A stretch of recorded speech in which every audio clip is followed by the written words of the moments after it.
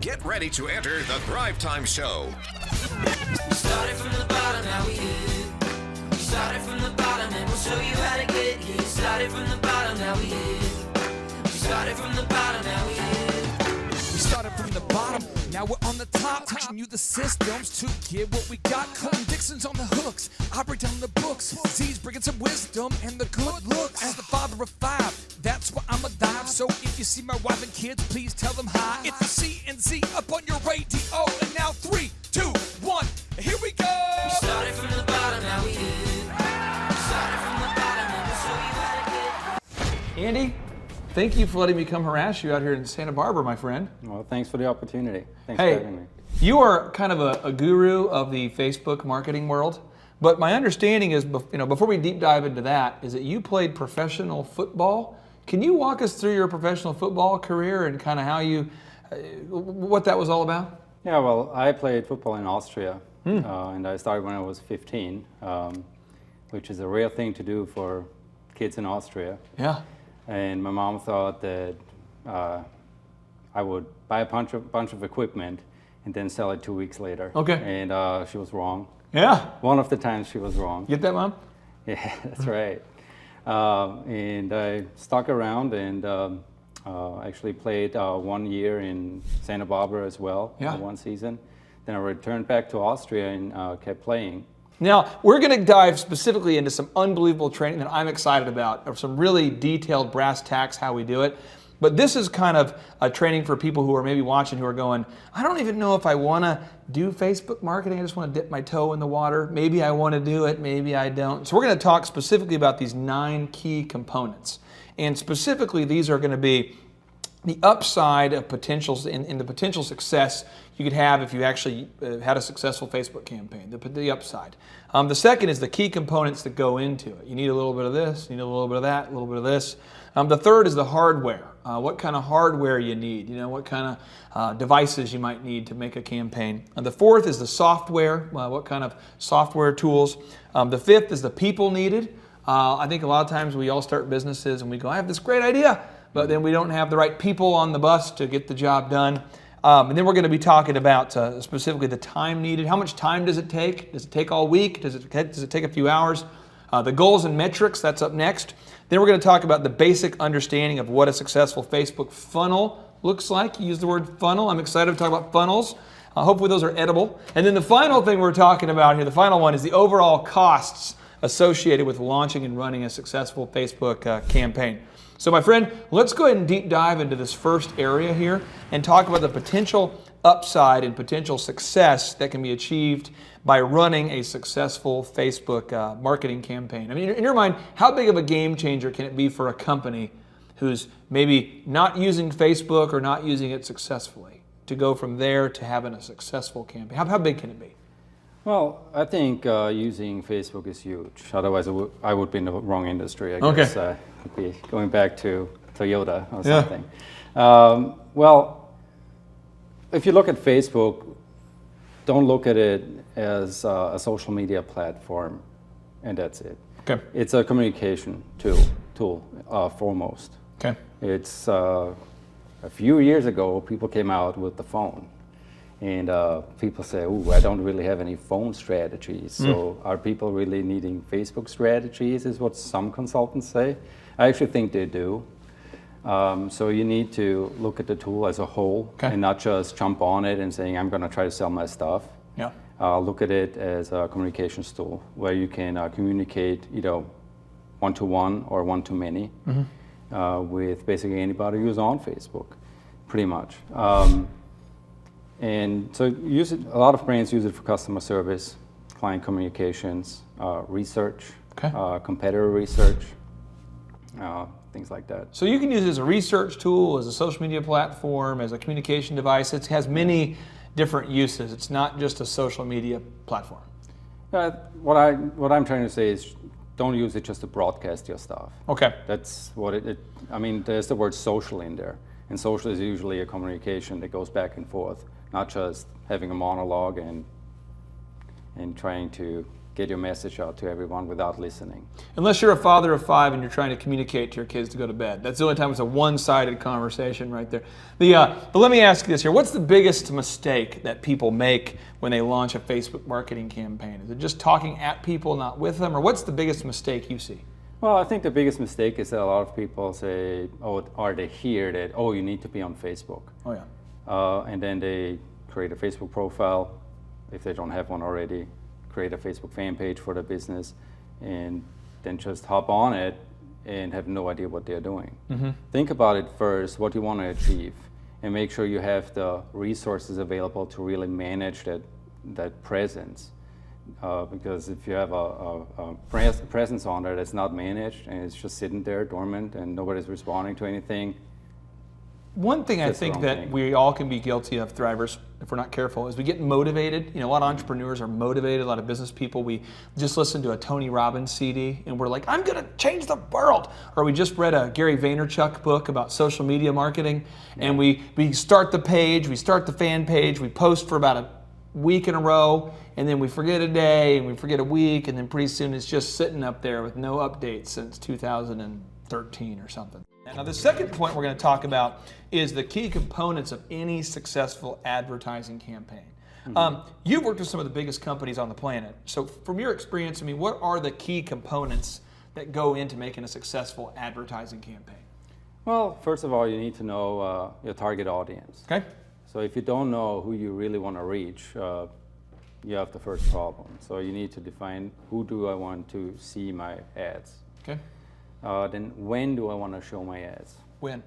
In terms of not just season could be an issue. Mm-hmm. Now, Thrivers, this segment is sponsored by the good friends at Beverage Air, portable refrigeration and air conditioning units here at the University Club in Santa Barbara. So if you hear any air conditioning background noise, that's courtesy of our good friends at Beverage Air. I mean, if you're selling ski equipment, the summer might not be the ideal time to show your ads. Yeah. But also during the day, if let's say you're a restaurant and you want to promote your lunch menu, promoting your lunch menu after lunchtime probably doesn't make sense. So the target, because it is a communication tool, as you alluded to. Mm-hmm. So you have to know your target audience. You have to know when you're promoting. Anything else you need to know that are kind of key components here for a successful advertising campaign? Yeah, you also want to know, okay, what is my overall objective? Mm-hmm. What do I want to accomplish here? And then walking backwards or working forwards in this case is, how do I want to measure that success? Okay. If I don't know what I'm trying to do, I don't know what to measure. I don't know if I was successful. So yeah, I'm hearing here, target is 1, win is 2, the overall objective is 3, the metrics are 4. I mean, there's quite a bit of things that go into this. Yeah, also, I mean, it's also you have the ad creative that goes into it. You have to know who your target audience is and what kind of advertising they might actually respond to. And so the ad creative, that's the copy and the visuals. That's a big important part. So Andy, now where do people get it wrong? I mean, kind of unload the truth cannon here. Where do people get it wrong when it comes to missing the mark and forgetting some of the key components that go into a successful advertising campaign? Well, I think they hop into it without a plan. Okay. If you don't map out beforehand what you want to achieve, you're probably setting up to fail because you don't know how to measure success and if a campaign was successful or not. So hopping in without a plan is probably, I guess the old phrase, failure to plan is planning to fail. That's what you're saying? Absolutely. All right. So now we're hopping into point number 3, and we're talking about the hardware needed. I think a lot of people are watching this and they're going, oh man, do I have to buy a new computer? Do I have to buy a new, what kind of hardware does someone need to really run a successful Facebook marketing campaign? Well, I think the hardware you need, you probably already have. Just don't expect to be running your Facebook advertising campaign from your phone. Can't do it from the phone. Oh, you can check in on it on the phone, but I would not really recommend to set it up on the phone. I mean, Facebook gives you the tools, but that's not really the tools you want to use to run a successful campaign. So make sure you have a laptop or a desktop computer. A nice screen usually helps. I actually use 2 screens so I can pull up multiple reports at the same time. But other than that, if you're running a business, you probably have some kind of hardware already, and that will probably do. Okay, and the reason why I mention this, because I know we have a lot of thrivers that we've talked to people all over the world actually who are trying to get going with Facebook marketing, and some of them are operating just off an iPad, and some of them are using a phone. But you're saying it'd be nice to have a desktop or a laptop. You probably need at least that. Yeah. And two monitors is what you prefer. Well, that's what I prefer. You don't need 2 monitors. I just like to pull up a lot of information at the same time, so I don't have to click around a whole lot. There's one book called The Last Lecture, where basically the gentleman who wrote the book talks about the importance of having 2 monitors. And Carnegie Mellon did research on this, and they found that people are dramatically more effective with 2 monitors. Not that you need any outside validation, but I 100% agree with that recommendation. Good book. It's awesome. It's great. I haven't read it, but it sounds like a good book. It's great. I'm serious. That's why everyone in my office has 2 monitors now. Like it had to happen. So. Now we're talking about the software tools needed to run a successful Facebook marketing campaign. What kind of software do people need? Well, what kind of software do you need? It really depends what your budget is as well, and how big your business is. What you will need is, or what I can recommend especially, is for Facebook advertising to use a free tool that Facebook provides. It's called Facebook Power Editor. Okay. Then I would suggest to install Google Analytics on your website. Yep. Then a related tool to that is the Google URL Builder. Okay. So you can track traffic accordingly in Google Analytics. A management tool is probably a good idea. Management tool, content management. Where you can monitor all the conversations that are happening on social media. Then to create ad creatives, design Adobe Creative Suite is something I would recommend. What tool do you use to manage the conversations people are having on social media? Well, in our agency, we use Sprout Social. Sprout Social. Yeah, we're very happy with it. So, in terms of the software, I mean, it sounds like you have it nailed down. But where do people get this wrong? Do people try to use some janky software, some kind of software that's not very good? I mean, if you weren't using, let's say, Sprout Social and you're using the tool that's not effective, does that really screw with your results? I mean, when you're using the wrong software? On a small scale, probably not. I think where the biggest mistake happens is that you sometimes don't use a software at all. Like if you don't use Google Analytics, you're missing a big part.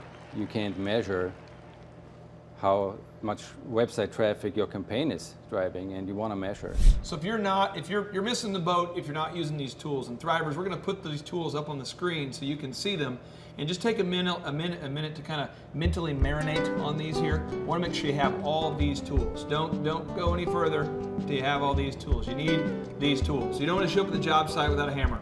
We got to have the right tools. Now, the next thing here we're talking about is the humans needed. The humans. What kind of humans need to be working with you? How many people do you need? Do you need a team of like 12? Do you need a team of 1? Who needs to be working with you to make a successful Facebook marketing campaign? Well, it depends on the skill set. Facebook marketing, you have some left brain and right brain skills that are needed. Okay. So you need some creative people and you need some analytical people. So how many you really need depends on the human resources you have. You definitely need someone who understands strategy and analytics. It will help to have someone who can design beautiful, creative, beautiful imagery. You're saying imagery and creative, you're talking about the actual ads or the actual posts or the images that are showing up in the Facebook feed? Yeah, no matter if it's an ad or a regular post, you want to have beautiful imagery. Okay. It's very important, yeah, because that's what grabs the user's attention. So you need at least a good designer, and you need somebody who's pretty analytical, kind of a... Yeah. Okay. Yeah, then you need someone who understands copywriting. Okay. That's usually not a designer and not an analytics guy. So somebody who understands copy, and basically someone who's a good communicator. Okay. I want to break it down though, because I want to make sure we're getting this. I have seen this phenomenon happen over and over and over in businesses. I've seen it in businesses I've owned. I've seen it in businesses Thrivers have owned. It's where you have the designer and you're like, come on, man, write some good copy. And they say, I don't do that. And you're like, how can you not? This is an ad. You're making the ad. Why could you? And then you go to the copywriter and you say, hey, make a good design. And they go, I don't know. I just write the words, man. And then then the analytics person is going, I really don't know what either one of those guys are doing, but no one's clicking it. And so it's kind of getting all three of those people working together. Is that right? Actually, there's another person you need Oh, to. no. Yeah. Who else? You might want to pull in your developer, your web developer. Oh boy. Because when we go into some advanced or more advanced techniques, you want to install some specific tracking code on your website Yeah. To track your audience and also if they're converting. So really, we're talking about 4 different humans potentially. We've got a designer, a copywriter, an analytics guy, a guy who can understand analytical data, a developer, and maybe a fifth, maybe a bartender if you don't have enough of these people. Maybe you get a bartender. That might help. The good news is you don't need all of them full time. Oh yeah, you don't need them all full time. Yeah. Now this next thing we're talking about, and this is big here, is that as you're talking about running this campaign, you got these 4 different personalities that are all working together. Is it possible to really just screw up the Facebook campaign because you just don't have the right people? I mean, is that possible if you only have maybe one of these people on the bus? You try to run the campaign and it just doesn't work, kind of flounders because you don't have the right people. Does that happen a lot? No, if it happens a lot, I'm not sure, but it can definitely happen. Okay. Because you're communicating publicly. So you want to make sure the stuff that you're putting out there for everyone to see fulfills your standards. Okay. So, and people are very critical nowadays. Oh yeah. And they let you know about it. Oh yeah, baby. People will write on that YouTube. You put up YouTube video up and people will write their comments, and you got Crazy Man 74, whatever his handle name is on YouTube, writing crazy comments. You get negative comments, and people will let you know right there, and they won't send you a private message either. They're going to write, "You crazies, what are you writing up there?" I mean, they get pretty intense. That's right. Now this next area is we're talking about time. The time needed to run a successful campaign. How much time are we talking about? 10 minutes a day? Hours a day? Well, it really depends, especially when I look at advertising campaigns. Depends on the size of your campaign. It can take from a few minutes to a few weeks to prepare a campaign. Okay. So there's really not a right or wrong answer to this. Really look at your objective, look at what you want to do. What do you already have in place? Is this your first campaign? Do you already know who your target audience is? Do you have to develop that? Do you have it already set up in Power Editor and it's already saved and you can use it from a prior campaign? That obviously brings down the time involved. On a weekly basis, let's say you go into a company, because I know you work with companies all over the world and you do this. And so you go into a company, Andy kind of comes in there like a ninja. You kind of come in like a ninja. You come in, there's all sorts of problems going on, and you're just and you're putting out all the fires and everything. Once it's set up, how much time does it take to maintain it? I mean, those 4 people, how long does it take them a week to maintain it? Are you talking just about a site without any advertising campaigns, or? Yeah, I guess if you come in and set up a Facebook marketing campaign for a company, how many man hours does it take a week to keep it going? Well, just in terms of content, it really depends. Are you a content producer, or do you have to curate content? So if you're producing the content, that will take you some time.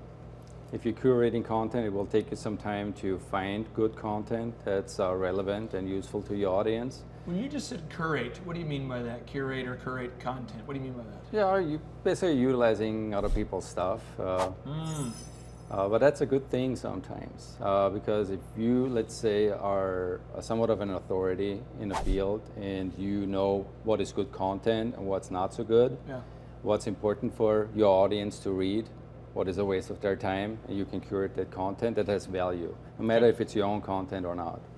So, as far as budgeting time, I feel like a lot of entrepreneurs or small business people in general, might get it wrong where they just don't budget in enough time to get this done. They're kind of like, I got the page up, and now once a day I'm going to write something real fast and post it up there, and that's probably not enough due diligence, enough work, enough effort to go into the project to make it be successful. I mean, you can't just do this in 5 minutes a day, right? Not really. I mean, there are a lot of people who claim you can do it in 10 minutes a day, and yes, you can do it, but are you going to be successful with what you're doing? Probably not. Finding some of the content, if you're curating content, might not take you that much time. There are some tools like Sprout Social. They let you pull in some feeds, so you already kind of have a good idea what's quality content, and you can utilize that. But also, it also depends on how much conversation is going on your site, on your Facebook page in this case. If you hear crickets and nobody's communicating to you, it'll probably be done really quickly. Okay. So if you have a lot of conversations going on, that might take more time. It really depends on your audience. This next principle, this next idea we're talking about is really the goals and metrics. You have to have certain goals and metrics to track along the way. What kind of goals and metrics are you talking about? Just kind of a, not super deep level, but I mean, when you say goals and metrics, what kind of things do we need to have in place?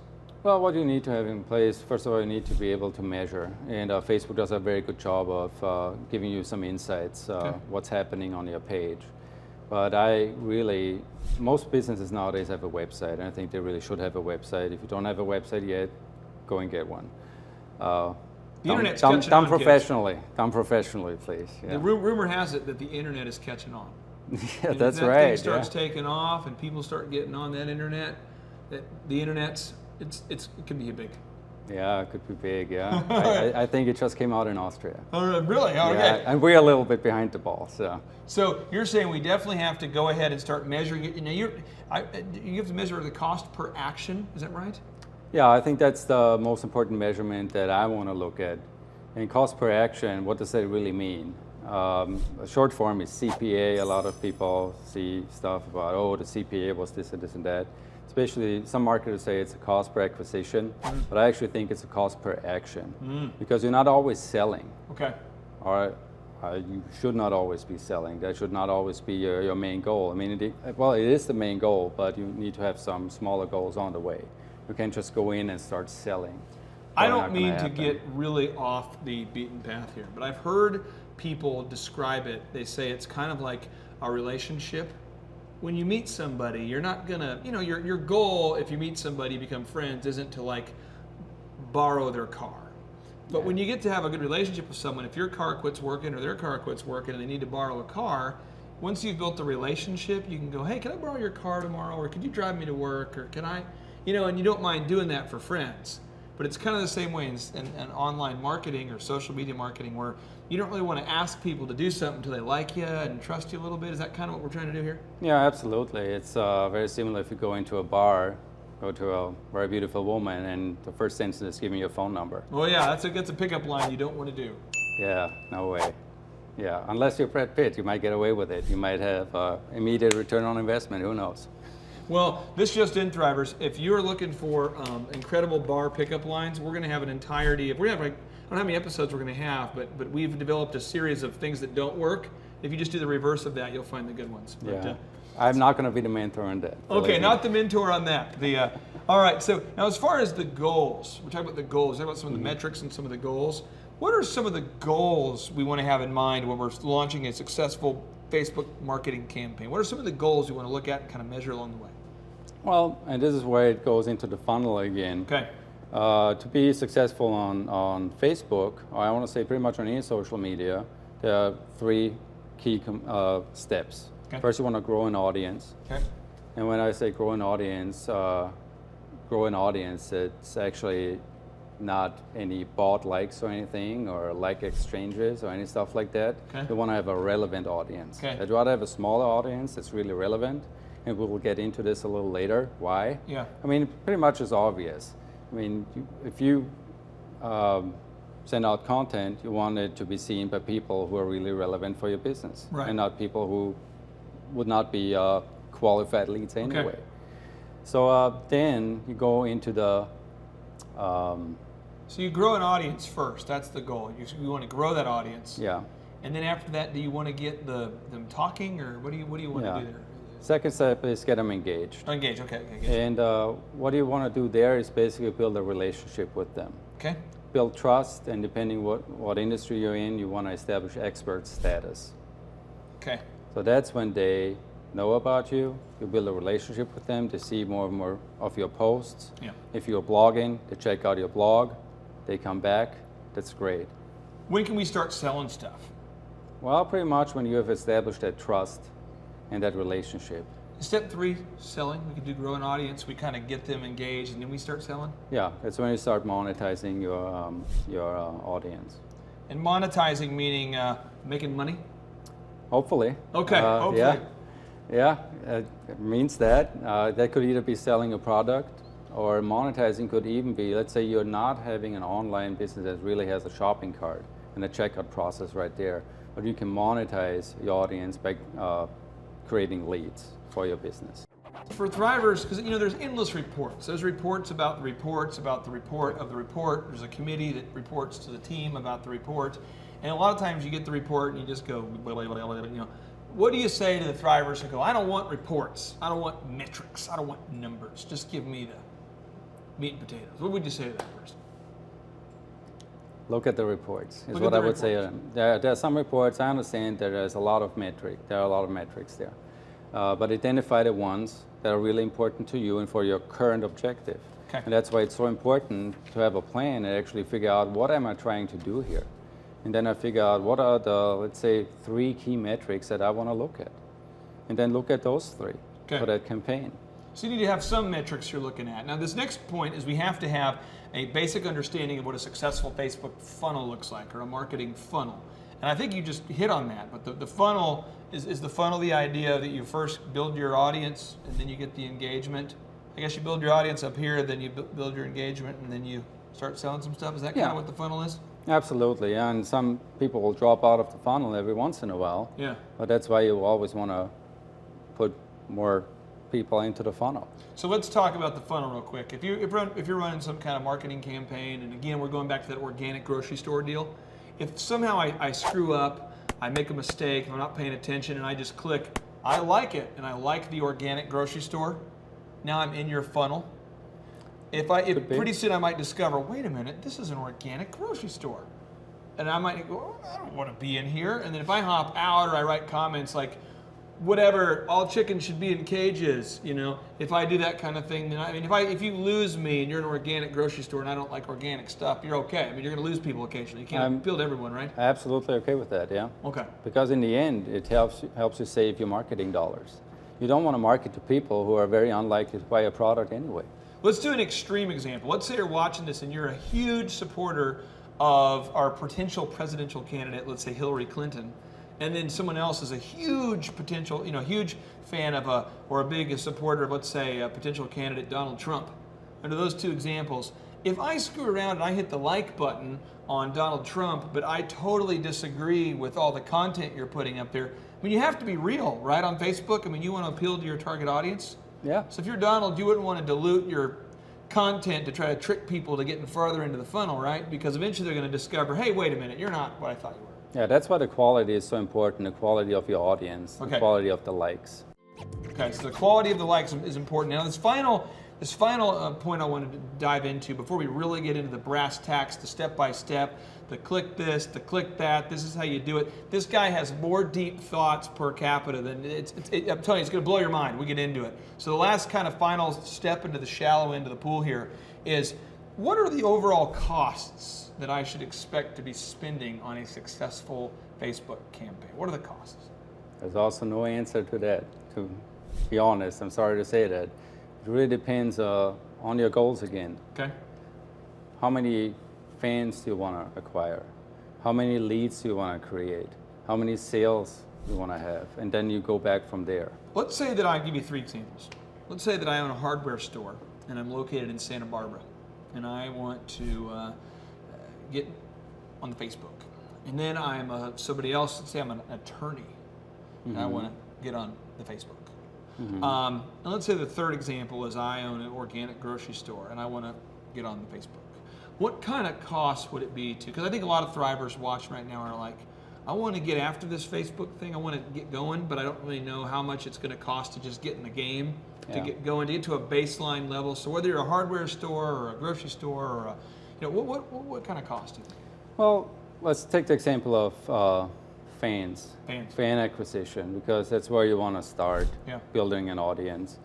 And the cost for all 3 of those are probably going to be quite different. Okay.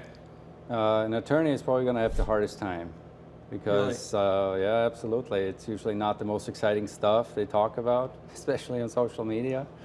And it's not very shareable. Boom, you're getting sued. Yeah, or a CPA, very similar situation. They're going to fight an uphill battle to really get a lot of legs on Facebook.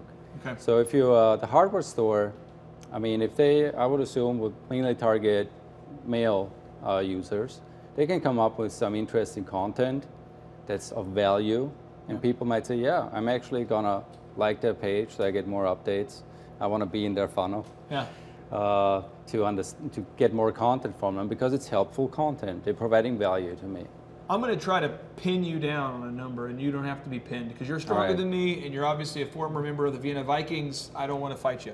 But is it at least $1,000? Is it at least $1,000 to get in the game to get some likes going on? Or are we talking thousands and thousands? I mean, what kind of? No. The good thing is with Facebook, you can start with a very small budget. Okay. Just have expectations that are realistic as well. Okay. Don't say I'm going to hop into this with a $500 advertising budget and I'm going to expect 50,000 new fans out of this. Okay. Probably not going to be successful. Yeah. So that's why mapping out the goals is very important. Okay. And then you basically determine your budget going backwards. Okay. And a rule of thumb, and it's really just a rule of thumb, is let's say an educated guess that per like you don't want to spend more than $1. And a lot of marketers probably say, "Oh my God, is he nuts? $1 a person? It's way too much." I get likes for a few cents.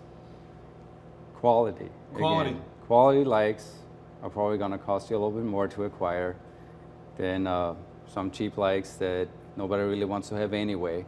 You can run a campaign saying, "Hey, like us if you like Justin Bieber, yay." Probably not your target audience unless you're selling, I don't know what. Justin Bieber. Justin Bieber, yeah.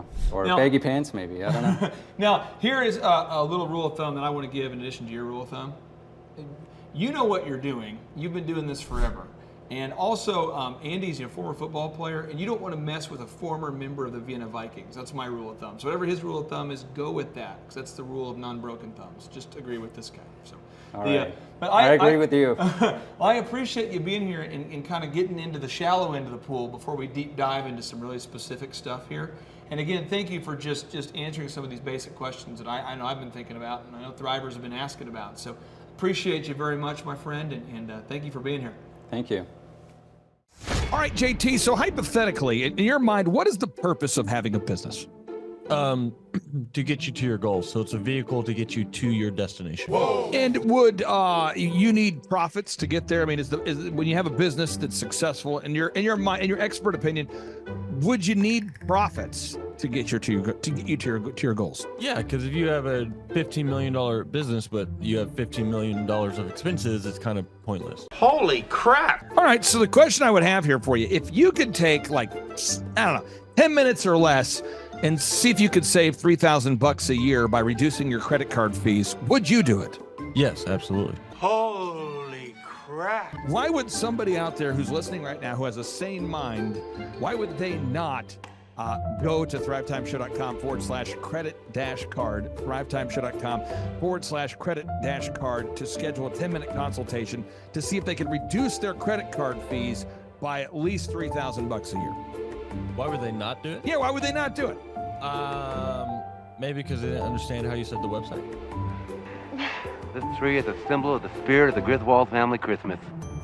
No, that's clear. Okay, so that could be true. So I would encourage everybody to check out thrivetimeshow.com/credit-card, thrivetimeshow.com/credit-card. What would be another reason why someone would not be willing to take 10 minutes to compare rates to see if they could save $3,000 or more on credit card fees? Maybe they think it is a waste of time and that it won't. It's not possible. There's somebody out there that's making more than $3,000 every 10 minutes, and they're like, nah, that's not worth my time. We getting there, right money. We getting there, right money. There's probably someone out there that would think that. Well, I'll just tell you, folks, if you're out there today and you're making less than $3,000 per 10 minutes, I would highly recommend that you go to thrivetimeshow.com/credit-card because you can compare rates, you can save money. And, you know, the big goal, in my opinion, of building a business is to create time freedom and financial freedom.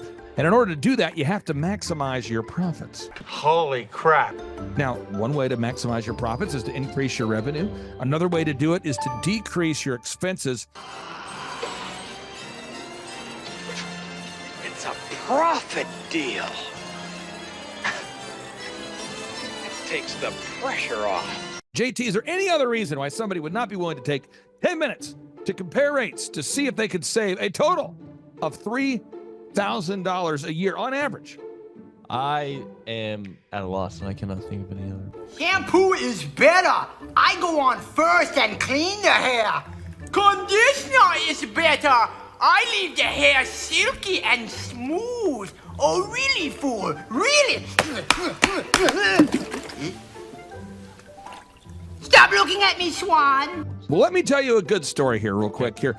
I actually, years ago, compared rates with this company here called IPS. It's Integrated Payment Services.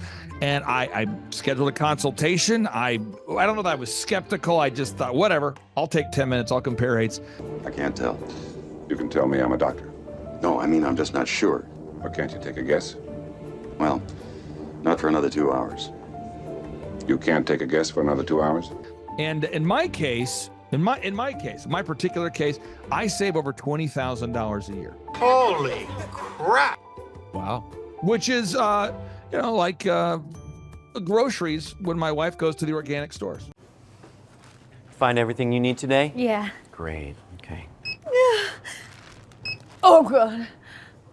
No. Everything okay, ma'am? It's just that you've only scanned a few items and it's already $60. I'm so scared. Okay, I'm a trained professional, ma'am. I've scanned a lot of groceries. I need you to stay with me. It's just that my in-laws are in town and they want a charcuterie board. This isn't gonna be easy, so I need you to be brave, all right? What's your name? Patricia. Trisha, all right. I need you to take a deep breath. We're about to do the cheese. That's the difference between eating organic and not organic. So because my wife eats organic, I had to take the 10 minutes needed to compare rates to save the $20,000 a year on credit card fees just for one of my companies.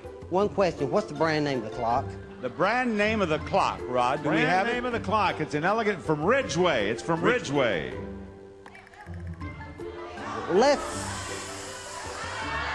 buy the clock and sell the fireplace. So I encourage everybody out there, go to thrivetimeshow.com/credit-card. You schedule a free consultation, request information. A member of our team will call you. They'll schedule a free consultation. It should take you 10 minutes or less. And they're going to compare rates and see if they can't save you more than $3,000 a year off of your credit card processing. You were hoping what? I wouldn't owe you money at the end of the day. No, you don't owe us money. Because at the end of the day, the goal of the business is to create time freedom and financial freedom. And in order to do that, you need to create additional profits.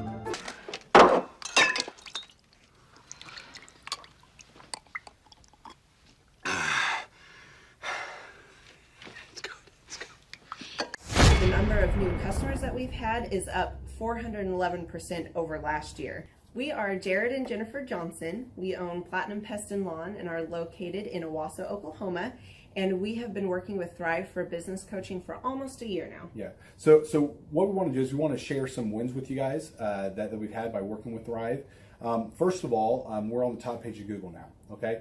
I just want to let you know what type of accomplishment this is. Our competition, Orkin, Terminex, they're both $1.3 billion companies. They both have 2,000 to 3,000 pages of content attached to their website.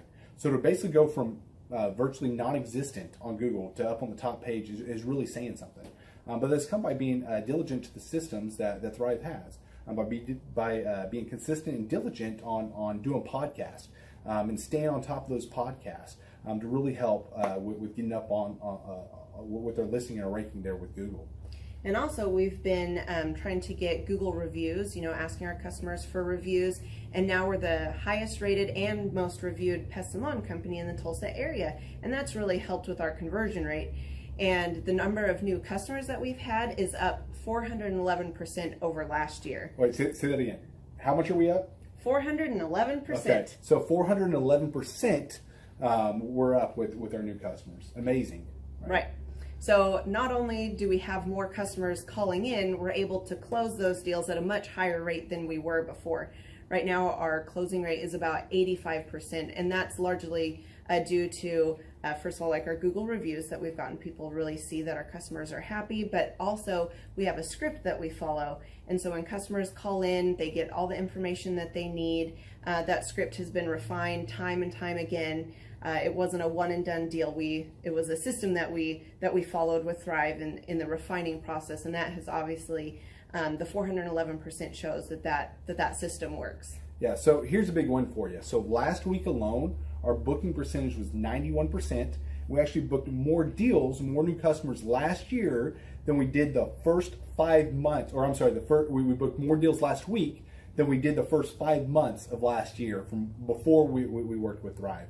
So again, we booked more deals last week than the first 5 months of last year. And it's incredible. But the reason why we have that success by implementing the systems that Thrive has taught us and helped us out with. So. Some of those systems that we've implemented are group interviews. That way we've really been able to come up with a really great team. We've created and implemented checklists. That way everything gets done and it gets done right. It creates accountability. We're able to make sure that everything gets done properly, both out in the field and also in our office. And also doing the podcast, like Jared had mentioned, that has really, really contributed to our success. But that, like I said, the diligence and consistency in doing those and that system has really, really been a big blessing in our lives. And also, it's really shown that we've gotten the success from following those systems. Yeah. So before working with Thrive, we were basically stuck. Really no new growth with our business. And we were in a rut and we didn't know. The last 3 years, our customer base had pretty much stayed the same. We weren't shrinking, but we weren't really growing either. Yeah, and so we didn't really know where to go, what to do, how to get out of this rut that we're in. But Thrive helped us with that. They implemented those systems. They taught us those systems. They taught us the knowledge that we needed in order to succeed. Now it's been a grind. Absolutely, it's been a grind this last year. But we're getting those fruits from that hard work and the diligent effort that we're able to put into it. So again, we were in a rut. Thrive helped us get out of that rut. And if you're thinking about working with Thrive, quit thinking about it and just do it. Do the action, and you'll get the results. It will take hard work and discipline, but that's what it's going to take in order to really succeed. So we just want to give a big shout out to Thrive, a big thank you out there to Thrive. We wouldn't be where we're at now without their help. Hi, I'm Dr. Mark Morrow. I'm a pediatric dentist. Through our new digital marketing plan, we have seen a marked increase in the number of new patients that we're seeing every month, year over year. 1 month, for example, we went from 110 new patients the previous year to over 180 new patients in the same month. And overall, our average is running about 40 to 42% increase month over month, year over year. The group of people required to implement our new digital marketing plan is immense, starting with a business coach, videographers, photographers, web designers. Back when I graduated dental school in 1985, nobody advertised. The only marketing that was ethically allowed in everybody's eyes was mouth-to-mouth marketing. By choosing to use the services, you're choosing to use a proven turnkey marketing and coaching system that will grow your practice and get you the results that you are looking for. I went to the University of Oklahoma College of Dentistry, graduated in 1983, and then I did my pediatric dental residency at Baylor College of Dentistry from 1983 to 1985. Hello, my name is Charles Kolaw with Kolaw Fitness. Today I want to tell you a little bit about Clay Clark and how I know Clay Clark. Clay Clark has been my business coach since 2017. He's helped us grow from 2 locations to now 6 locations. We're planning to do 7 locations in 7 years and then franchise. And Clay has done a great job of helping us navigate anything that has to do with like running the business, building the systems, the checklists, the workflows, the audits, how to navigate lease agreements, how to buy property, how to work with brokers and builders. This guy is just amazing. He's this kind of guy has worked in every single industry. He's written books with like Lee Cockrell, head of Disney, with the 40,000 cast members. He's friends with like Mike Lindell. He does Reawaken America tours where he does these tours all across the country where 10,000 or more people show up to some of these tours. On the day-to-day, he does anywhere from about 160 companies. He's at the top. He has a team of business coaches, videographers, and graphic designers and web developers, and they run 160 companies every single week. So think of this guy with a team of business coaches running 160 companies. So in the weekly, he's running 160 companies. Every 6 to 8 weeks, he's doing Reawaken America tours. Every 6 to 8 weeks, he's also doing business conferences where 200 people show up, and he teaches people a 13-step proven system that he's done and worked with billionaires, helping them grow their companies. So I've seen guys from startups go from startup to being multimillionaires, teaching people how to get time freedom and financial freedom through the system. critical thinking, document creation, putting it into organizing everything in their head to building it into a franchisable, scalable business. Like one of his businesses has like 500 franchises. That's just one of the companies or brands that he works with. So amazing guy. Elon Musk kind of like smart guy. He kind of comes off sometimes as socially awkward, but he's so brilliant and he's taught me so much. When I say that, like Clay is like, he doesn't care what people think when you're talking to him. He cares about where you're going in your life and where he can get you to go. And that's what I like most about him. He's like a good coach. A coach isn't just making you feel good all the time. A coach is actually helping you get to the best you. And Clay has been an amazing business coach. Through the course of that, we became friends. I was really most impressed with him is when I was shadowing him one time. We went into a business deal and listened to it. I got to shadow and listen to it. And when we walked out, I knew that he could make millions on the deal. And they were super excited about working with him. And he told me, he's like, I'm not going to touch it. I'm going to turn it down because he knew it was going to harm the common good of people in the long run. And the guy's integrity just really wowed me. It brought tears to my eyes to see that this guy, his highest desire was to do what's right. And anyways, just an amazing man. So anyways, impacted me a lot. He's helped navigate anytime I've got nervous or worried about how to run the company or, navigating competition and an economy that's like, I remember we got closed down for 3 months. He helped us navigate on how to stay open, how to get back open, how to just survive through all the COVID shutdowns, lockdowns. I'm Rachel with Tip Top Canine, and we just want to give a huge thank you to Clay and Vanessa Clark. Hey guys, I'm Ryan with Tip Top Canine. Just want to say a big thank you to Thrive 15. Thank you to Make Your Life Epic. We love you guys, we appreciate you, and really just appreciate how far you've taken us. This is our old house, right? This is where we used to live a few years ago. This is our old neighborhood. See? It's nice, right? So this is my old van and our old school marketing, and this is our old team. And by team, I mean it's me and another guy. This is our new house with our new neighborhood. This is our new van with our new marketing, and this is our new team. We went from 4 to 14, and I took this beautiful photo. We worked with several different business coaches in the past, and they were all about helping Ryan sell better and just teaching sales, which is awesome, but Ryan is a really great salesman. So we didn't need that. We needed somebody to help us get everything that was in his head out into systems, into manuals and scripts, and actually build a team. So now that we have systems in place, we've gone from 1 to 10 locations in only a year. In October 2016, we grossed 13 grand for the whole month. Right now it's 2018, the month of October. It's only the 22nd. We've already grossed a little over 50 grand for the whole month, and we still have time to go. We're just thankful for you, thankful for Thrive and your mentorship, and we're really thankful that you guys have helped us to grow a business that we run now instead of the business running us. Just thank you times 1,000.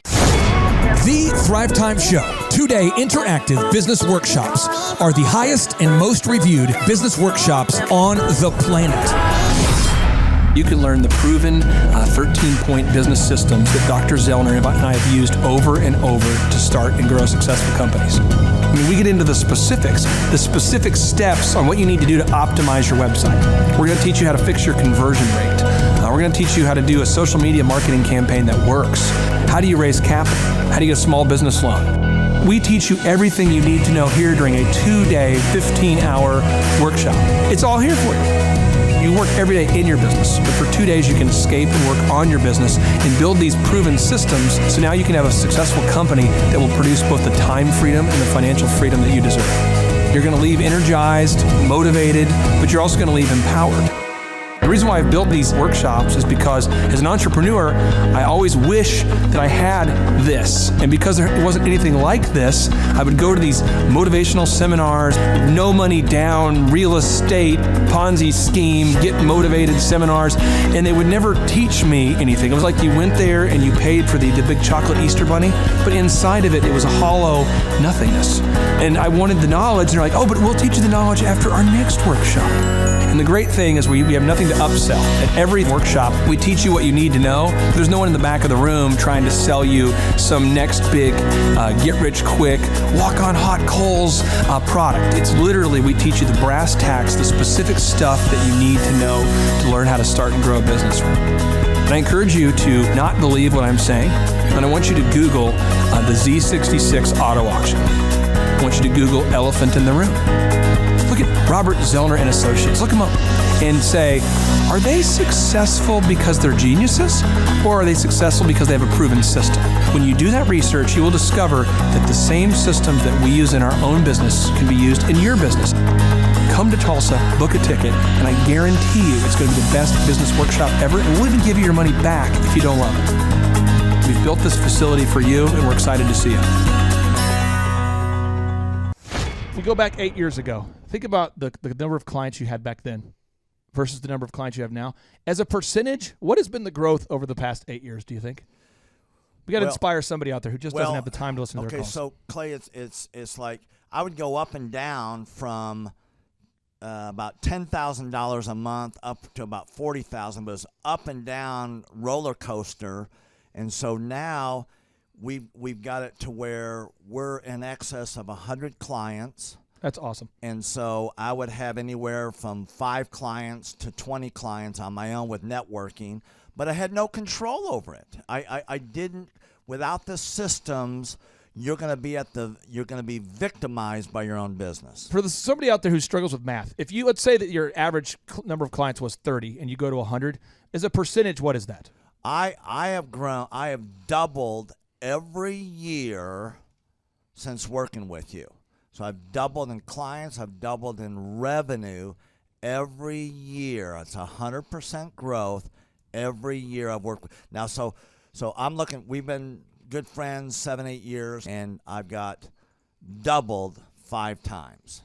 Which is just incredible. I mean, the first time you do it, that's one thing, but when you do it repeatedly, yeah, I mean, that's unbelievable. We're working our Blessed Assurance off this year to double. We're planning on doubling again. We're incorporating some new things in there to really help us do it, but we are going to double again this year.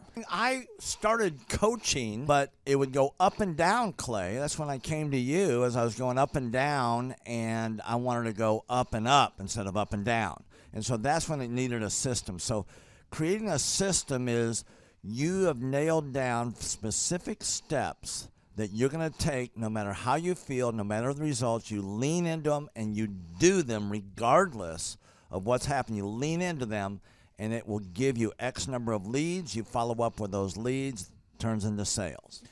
Well, I tell you, it's if you don't have a script and you don't have a system, then every day is a whole new creation. You're creating a lot of energy just to figure out what are you going to do. Right. And the best executives, Peter Drucker is a father of modern management. He said, the most effective executives make one decision a year.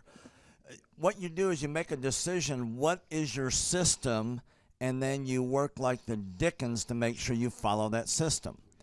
And so that's really what it's all about. So with a script here, we have a brand new gal that just came in working for us. She nailed down the script, and she's been nailing down appointments. Usually we try to get one appointment for every 100 calls.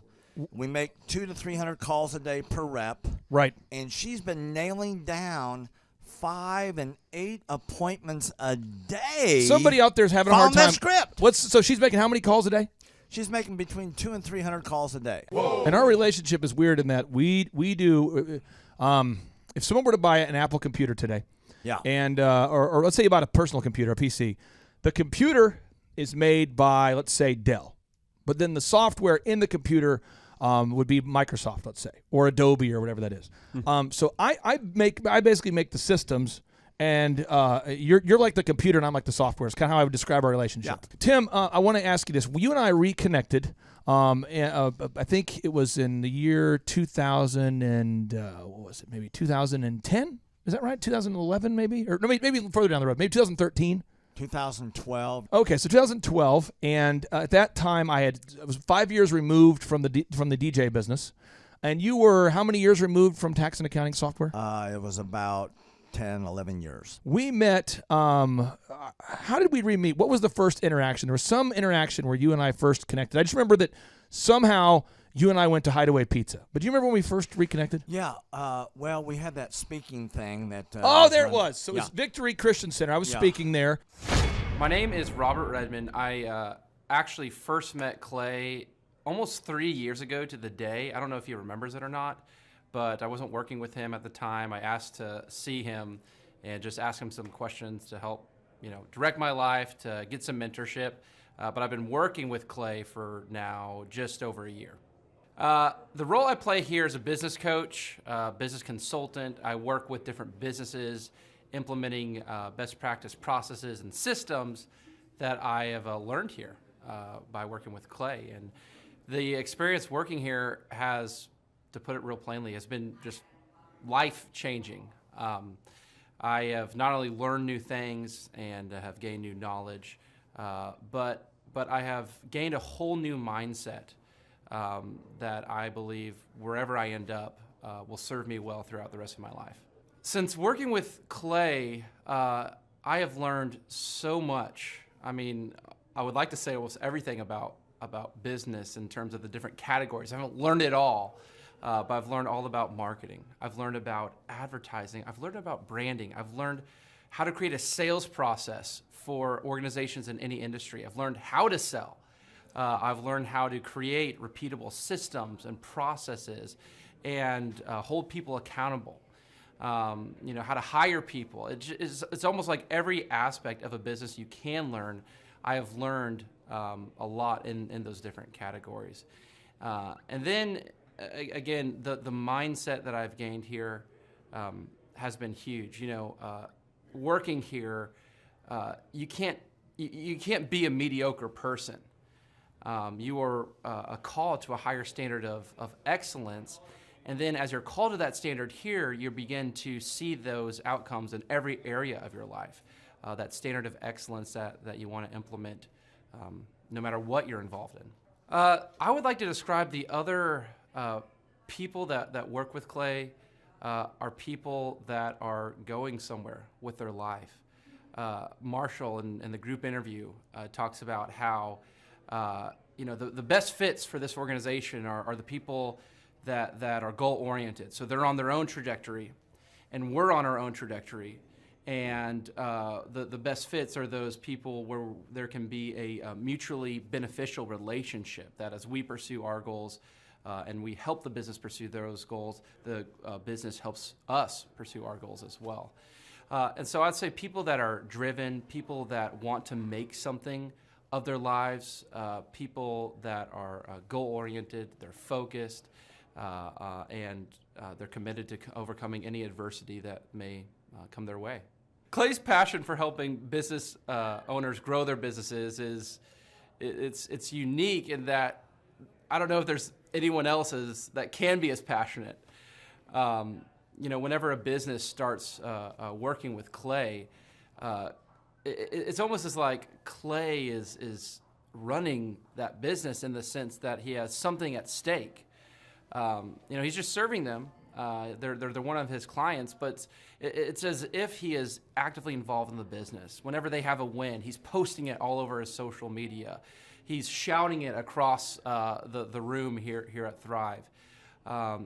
He's sending people encouraging messages. He can kind of be that life coach and business coach in terms of being that a motivator and that champion for people's businesses. It's again unique because there's no one else I've seen get so excited about and passionate about other people's businesses. The kind of people that wouldn't like working with Clay are people that are satisfied with mediocrity. People that want to get through life by just doing enough, by just getting by. People who are not looking to develop themselves, people who are not coachable, people who think that they know it all and they're unwilling to change. I would say those are the type of people. In short, anyone that's content with mediocrity would not like working with Clay. So if you're meeting Clay for the first time, the advice I'd give you is definitely come ready to take tons of notes. every time Clay speaks, he it gives you a wealth of knowledge that you don't want to miss. I remember the first time that I met Clay. I literally carried a notebook with me all around. I was looking at this notebook the other day, actually. I carried a notebook with me all around, and I just took tons of notes. I filled the entire notebook in about 3 or 4 months, just from being around Clay, following him, and learning from him. And then I would say, come coachable. Be open to learning something new. Be open to challenging yourself. Be open to learning and adjusting parts about you that need to be adjusted.